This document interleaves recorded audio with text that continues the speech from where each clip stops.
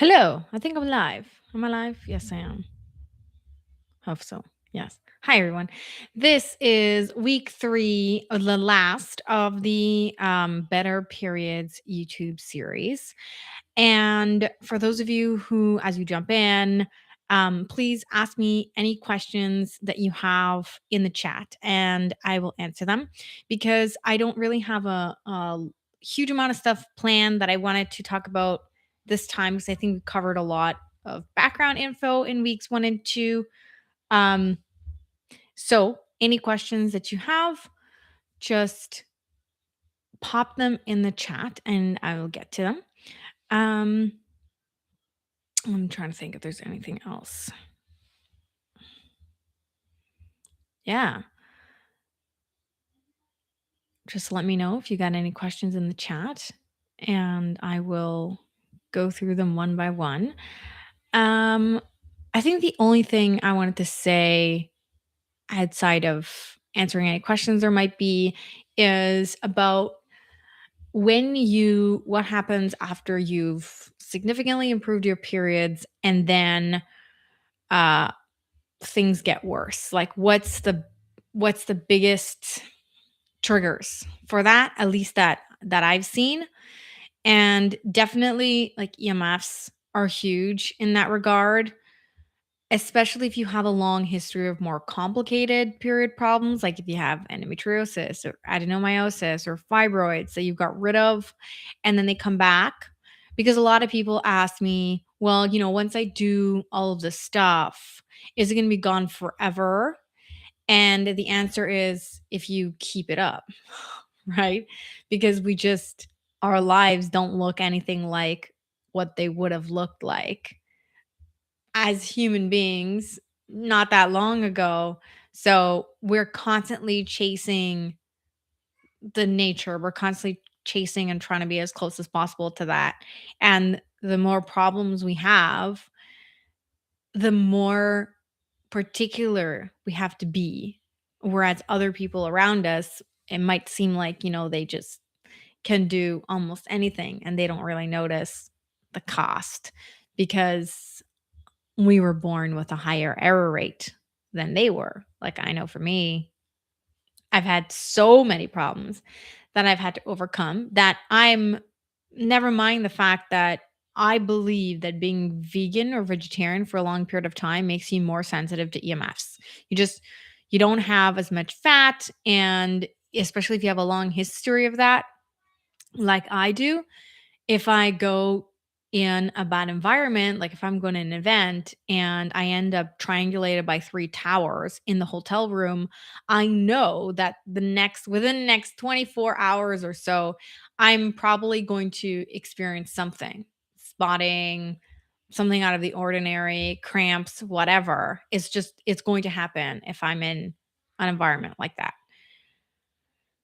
And if you were watching this live or you're watching the replay and you didn't see the last of part 1 and part 2 of this Better Period series, especially in part 2, I talked about a lot of things related to anemia and mitigating anemia or how to deal with anemia.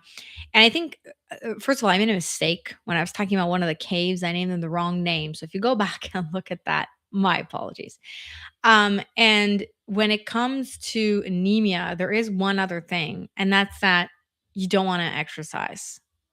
You just don't want a real workout is a no go, and you want to stick to walking and a kind of more slow paced kinds of things until you've overcome your anemia to a point where you feel radically different.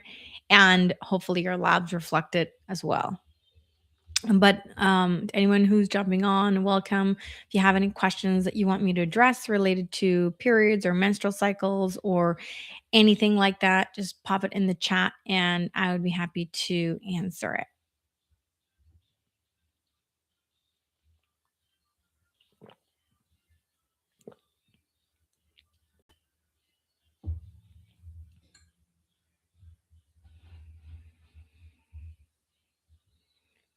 No dice. All right. Um I'm trying to think if there's anything that I wanted to add that I didn't add.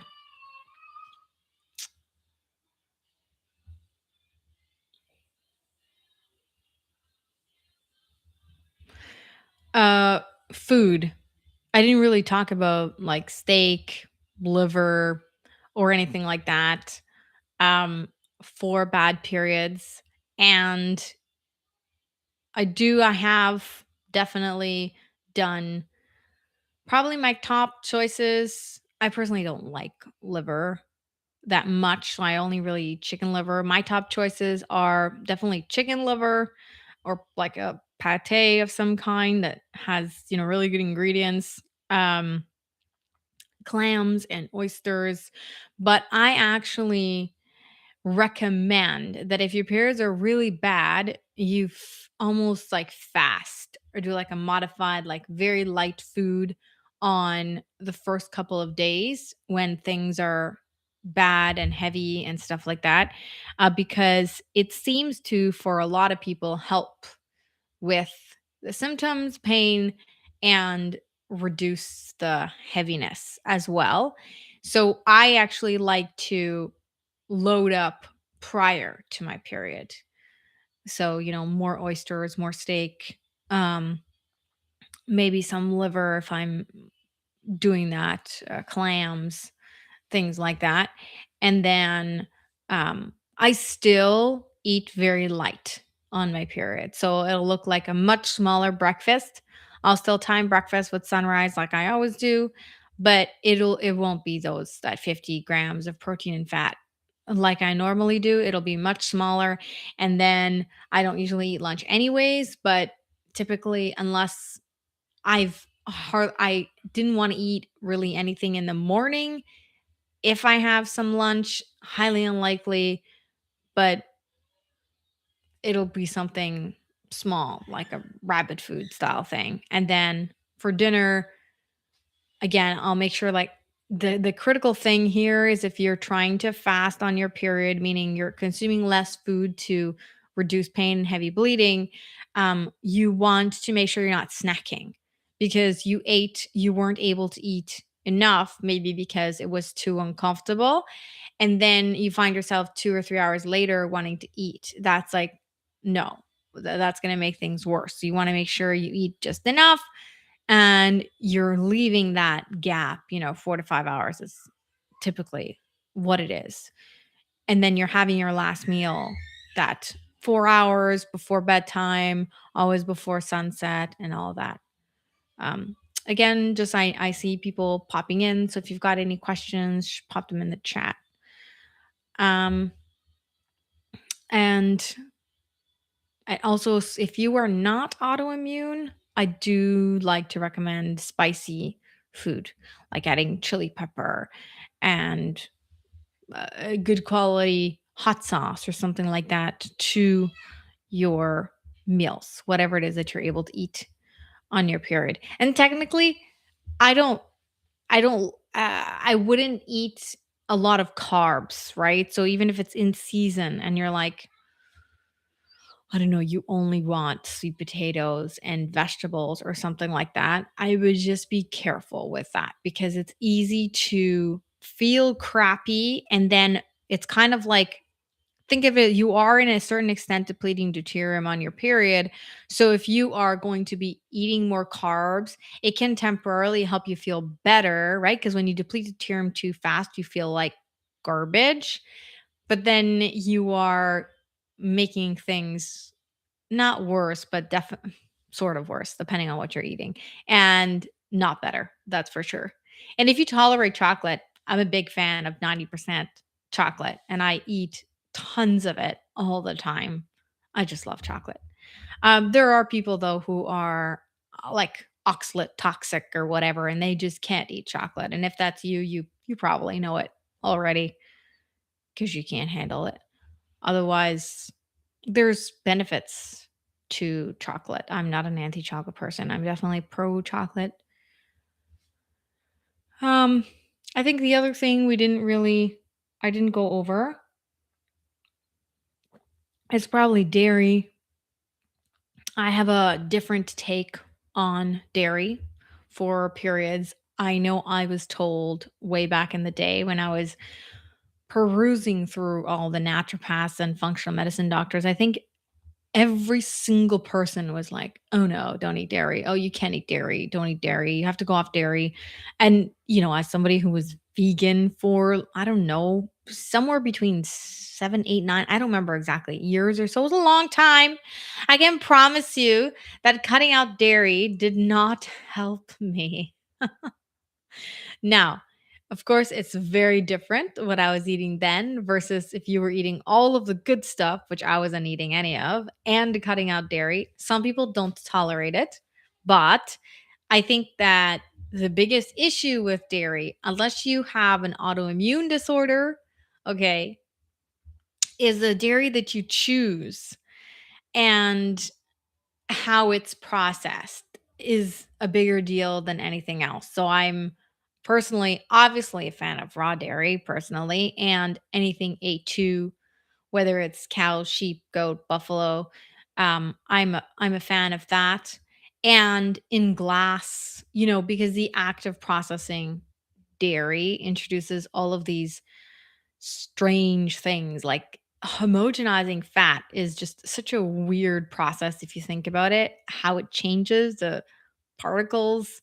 And then the fact that when something is pasteurized and then it's poured boiling hot into the plastic bottles, keep in mind that this is what they do, or even if they're cartons, dairy cartons are lined in plastic. So they're being poured, you know, hot, very hot, even if it's low temperature pasteurized. Remember that just means it's less than 100 degrees Celsius, or I don't even know what the boiling point in Fahrenheit is. Um, but it's just less than that, but it's still being poured boiling hot into whatever container the dairy is being stored in. So that adds an additional set of problems. Uh, can you go? Give me 1 second. All right. I think I might have to lock the door. I think I forgot to lock the door. Um, I can't think of anything else really that I missed. Again, if you any questions pop up, just pop them in the chat.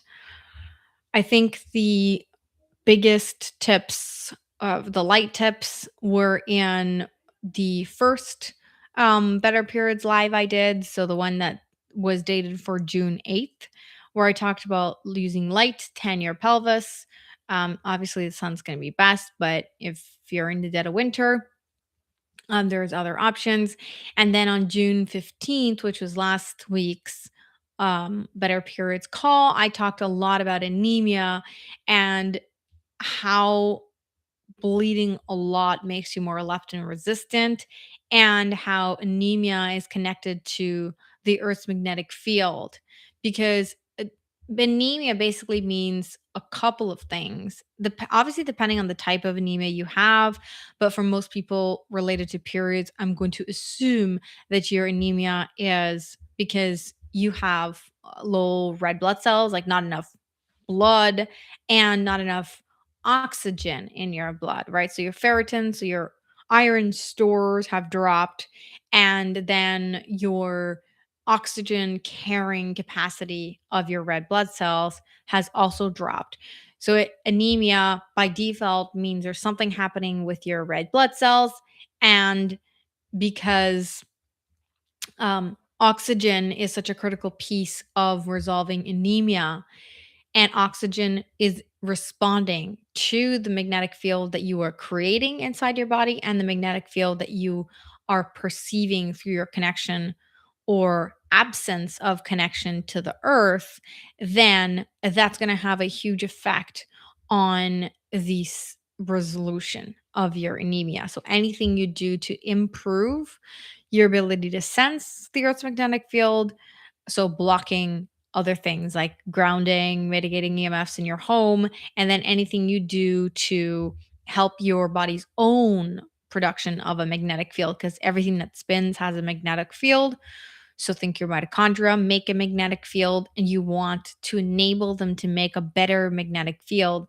They need to spin faster. They need movement in there. Your blood has to move in that spirally fashion, and so does your breath and all of these things. So you want everything to be able to speed that up and help that process along to overcome anemia. And we went through, like, I can recap, but we went through the standard tips and tricks. So spending lots of time grounded in a forest where you're getting green light through the trees is a really great and free hack for that. Carbonated water is a great one, which forces, if you want to think of, your blood carrying boats full of oxygen and then having to deposit the oxygen into your organs and everywhere.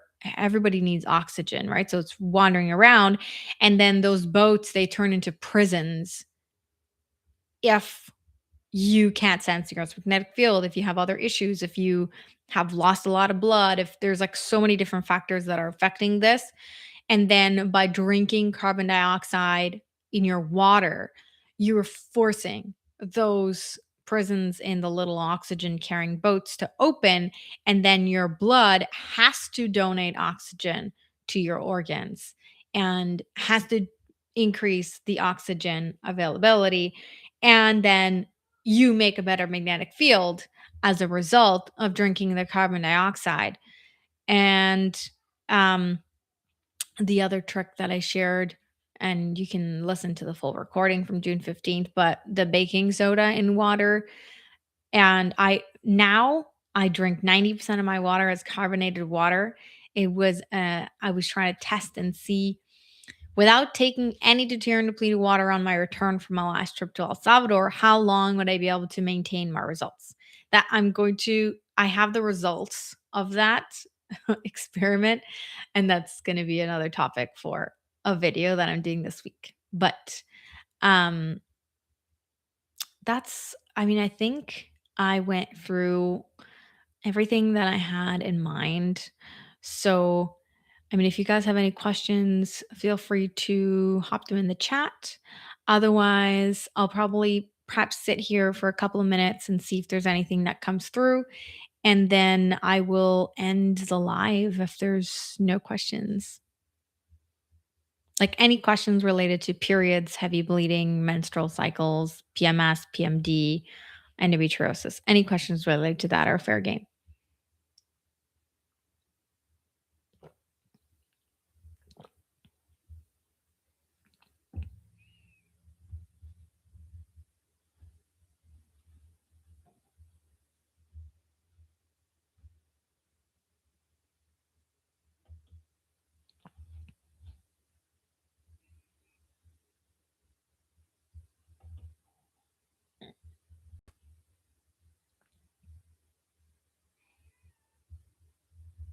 I'll just wait in case anyone's got any questions that they want to type in. And I should have actually pinned a comment. I didn't know you could do that.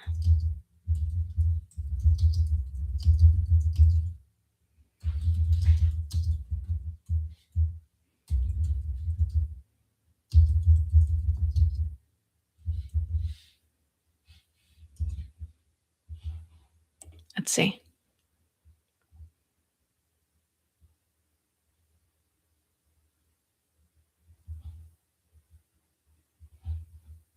I don't know if you guys can see that, but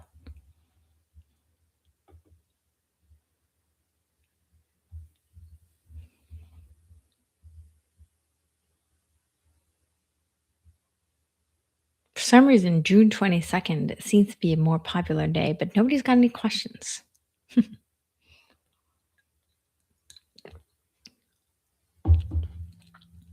All right. Well, thank you to everyone for joining me in that case. And again, I try to check all the questions that are on my YouTube videos when I post them. And if I miss them, I'm sorry. It's like I go through the notifications and then I go through the thing where it says, look at all unresponded questions. And I try to answer everyone's question eventually. I do go through everything manually. So it might take me a little bit of time. But anything that's any questions that you have when you watch the replay, or if you go back and watch the Better Period videos I did on June 8th or June 15th, just pop your questions in the comments and I will answer them as soon as I can. Thanks to everyone for joining me. And if you liked it and you would like another series, a Q&A live series or anything like that, let me know in the comments. Have a great Monday.